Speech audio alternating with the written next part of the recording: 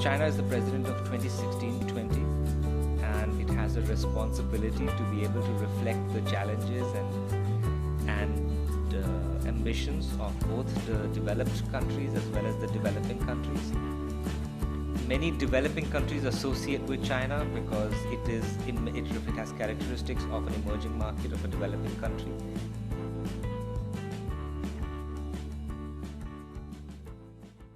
The issue that we are now finding for the inclusive growth is the kind of imbalance between the power of the government or capability of the government and the level of the growth. What I would like to say is that, for example, the emerging market, they need a huge infrastructure, huge amount of infrastructure. But for some reason, the governments of these countries are not capable enough to fund it by itself at this moment. So people are coming up with the idea of PPP. But PPP is also a very difficult issue to be handled by these type of governments. And that is something which is expected for China to show to the global leaders at the time of G20. That's what I understand. Many developing countries associate with China because it has characteristics of an emerging market of a developing country. India associates with China too, as you've seen in Paris in climate change talks, as well as in some of the other forums, that it associates with China in some ways because it sees China as a developing country that has done very well for itself. The Chinese leadership is always thinking strategically. People like scholars and intellectuals in India and Indian government also looks to China to play that role?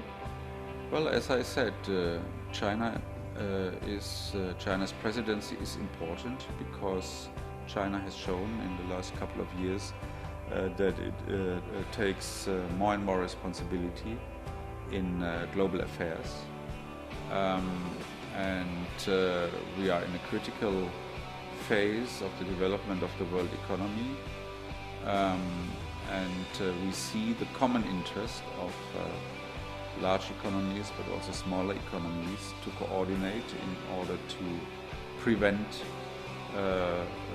world economic crisis, in order to improve growth, and particularly since now we have the Agenda 2030, which has been signed in September in New York by all heads of state, which is a very ambitious agenda for the whole world for the next 15 years.